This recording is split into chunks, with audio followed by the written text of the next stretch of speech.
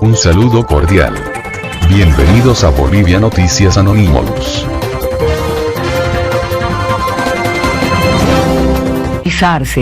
Luis Arce Catacora, que es candidato a la presidencia por el Movimiento al Socialismo. Muy buenas noches. ¿Cómo está, don Luis? Bienvenido. ¿Cómo está, Miriam? Muy buenas noches. Un saludo cordial a todos los televidentes. A ver, de rigor, me gustaría conocer cuál es su opinión sobre el ambiente, el panorama que estamos viviendo. Bueno, hay mucha preocupación, Miriam, hay preocupación. Nos preocupa que no le preocupe al gobierno tomar acciones que sean correctas, eficientes, eficaces para combatir el tema del coronavirus. Nos preocupa que no le preocupe al gobierno el hecho de que hay lugares en el país donde no se está pasando clases de ninguna manera. Nos preocupa a los niños, los jóvenes. Nos preocupa lo que está ocurriendo con muchos sectores de la economía boliviana que están muy mal, que la están pasando mal, y algunas familias inclusive están pasando hambre. Nos preocupa también que no se estén dando soluciones a varios tipos de problemas que están empezando a surgir producto justamente de la pandemia, y que bueno, los bolivianos estamos así como muy tensos producto de todo lo que está pasando y lo que estamos viendo día a día. Hay algunos miembros de este gobierno que apuntan directamente a que Luis Arce tendría la culpa de muchos errores económicos, incluso de la desaparición de determinadas cantidades de dinero. Usted ha debido escuchar, sabe bien, a quiénes me refiero. Sí, por supuesto hemos escuchado astronómicas cifras de supuestos no pagos y demás, pero yo creo que la gente está clara, ¿no?, en lo que hemos hecho durante todo el tiempo que fuimos ministros de Economía, donde hicimos crecer, donde Bolivia fue la primera economía de mayor crecimiento, donde redujimos el desempleo, donde redujimos la pobreza, donde redujimos la diferencia entre ricos y pobres, donde aumentamos la igualdad en la distribución del ingreso, donde aumentamos la esperanza de vida de la gente, en fin, todo ello. Pero sin embargo queda claro que es un argumento político. Todo esto es político, y las cosas que nos irán a decir más adelante, no hay que preocuparse. Siempre en este tipo de campañas surgen ese tipo de mentiras, de acusaciones sin fundamento, sin prueba, solo para desprestigiar la gestión que ha hecho una persona.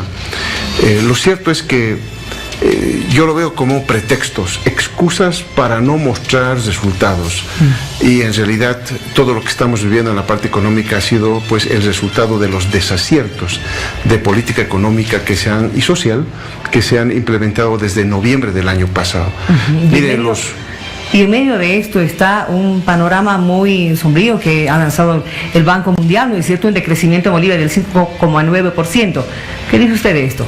Bueno, nosotros hemos hecho en el equipo de campaña proyecciones. Tenemos un equipo de economistas, por supuesto, que han estado colaborando en estas proyecciones, y nosotros tenemos un rango entre una caída, la más optimista, esta gestión 2020, del 3,6% aproximadamente, pero tenemos un caso extremo, el más pesimista, de continuar estas políticas económicas que en realidad responden al viejo modelo neoliberal que ha vuelto al país, el modelo neoliberal, y que tendríamos como efecto sobre la economía una recesión de más del 11% anual, vale decir, en toda la gestión 2020.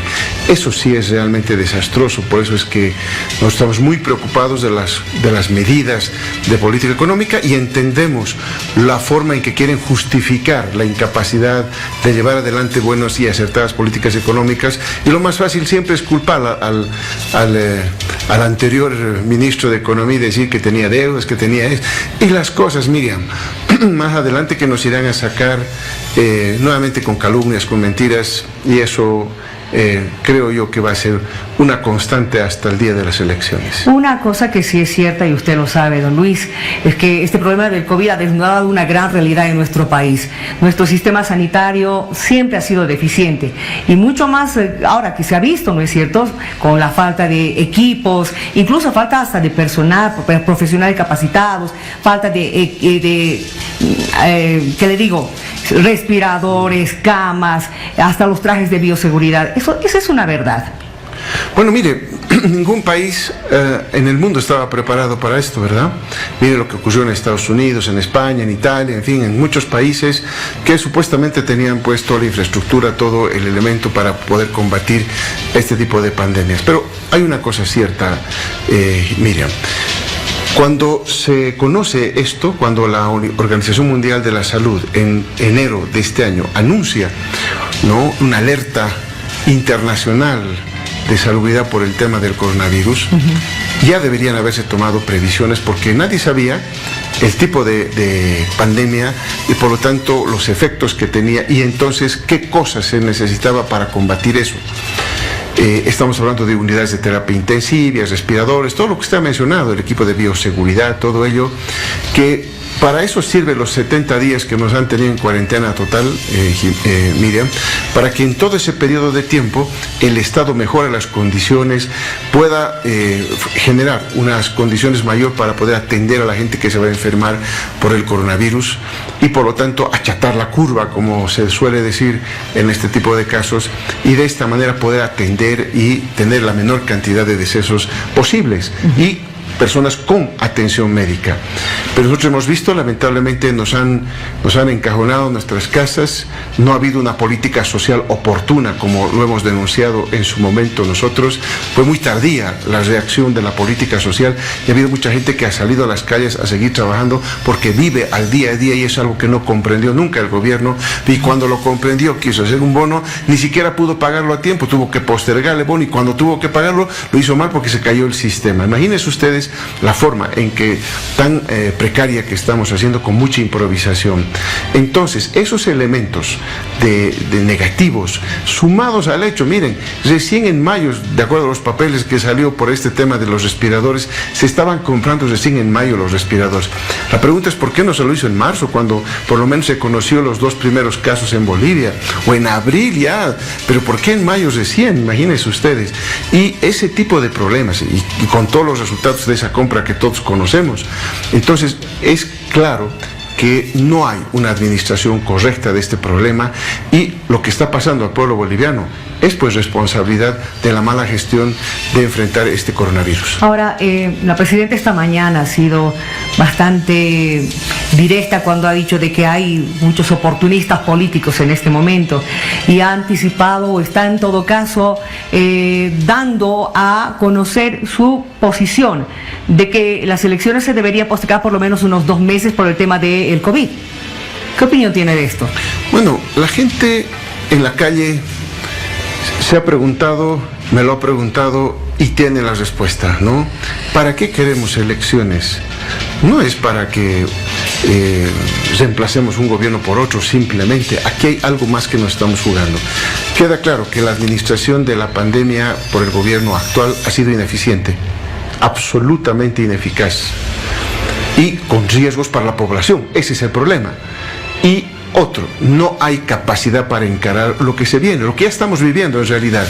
Problemas económicos, despidos, recesión económica, falta de ingresos para la gente, que ya se está viviendo, y no existe una política económica que vaya a responder todo esto. Entonces, si no se toman, y eso en economía todos lo sabemos, cuando no se toman las medidas oportunamente, y además de las correctas, supuesto que se toman medidas correctas, pero además de ello, oportunas en su momento, la economía puede empezar a salir del fondo del abismo donde estamos. Pero si no se toman las medidas oportunas, si se toman equivocadas medidas, lo que fuere, esto va a continuar y nos vamos a ir hundiendo más. Y queda claro, para poder salir de ese hoyo en algún momento, cuanto más hondo estemos, más vamos a tardar en salir. Y esa es la preocupación que la compartimos todos. Aquí el tema de la salud, no es incompatible con el tema del derecho político. En realidad, no es incompatible el derecho de la salud con la democracia, porque desde noviembre nos han arrebatado la democracia y eso es lo que nosotros pretendemos, los bolivianos me refiero, pretendemos recuperar. ¿Usted considera de que podríamos salir adelante económicamente en medio de esta situación? Porque esto ya es a nivel mundial, no es solamente a nivel país, ¿no es cierto? Donde no sabemos qué es lo que va a pasar todavía con la economía mundial.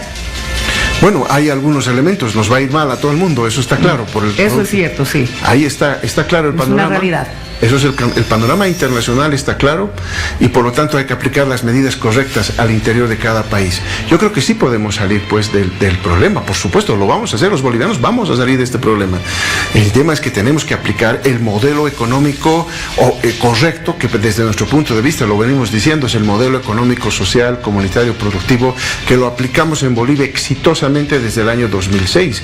Ese modelo que justamente ya no está mirando lo externo para crecer como el modelo neoliberal que este gobierno ha vuelto a implementar desde noviembre. El modelo neoliberal quiere que la economía crezca en función de la demanda externa. En nuestro modelo está basado justamente en lo que vamos a tener que hacer todos los países en realidad, aprovechar la demanda interna, aprovechar el potencial interno que nosotros lo hemos venido haciendo durante 14 años utilizando el modelo económico, social, comunitario, productivo. Por lo tanto, aplicando el modelo correcto, aplicando los instrumentos correctos. Mire usted la inversión pública, cómo se ha parado, por un tema ideológico, porque para el neoliberalismo la inversión pública no debería existir, es un sacrilegio que el Estado ingresa en la economía, por lo tanto no tiene que entrar. Se paró el tren, la construcción del tren de Cochabamba, el tren metropolitano, se paró la fábrica de cemento, se paró la fábrica, la planta de urea que ya estaba funcionando. Y la de litio también, esa es una cosa que espero podamos tocar ya en una próxima oportunidad, don Luis. Ya para cerrar esta entrevista, por favor, ha habido un movimiento policial en la Embajada de México este fin de semana, se hablaba de una posible fuga y al final se dijo que ha sido solamente un cambio de guardia. ¿Qué opinión tiene de esto, por favor? Bueno, no sé si cambio de guardia con tanta gente que antes no había, tratando de resguardar la residencia de la embajada. Mire, ¿cuántas veces ya tenemos este show? Cuando yo siempre lo he dicho en todas las entrevistas, este gobierno, cuando algo le está yendo mal en cualquier decisión política, económica, social que ha hecho, inmediatamente empieza con cortinas de humo, de cualquier clase. Esta es otra cortina de humo. ¿Qué tenían que hacer? Así tratando de amedrentar a la gente que está ahí adentro, de asustar a quien querían. Yo no entiendo, no hay ninguna explicación. Allá nuestros exministros están en la embajada, en la residencia de la embajada, no se han ido, no se han escapado, porque imagínese usted, si la inteligencia del Ministerio de Gobierno no cree que se van a escapar y al final ha ocurrido, recordar usted, para diciembre del año pasado, donde también hubieron los operativos, hicieron el show, vieron a las cloacas inclusive, que por ahí se podían escapar, shows que son simplemente cortinas de humo, lamentablemente, Miriam. La IAPA, su comentario breve, por favor, sobre el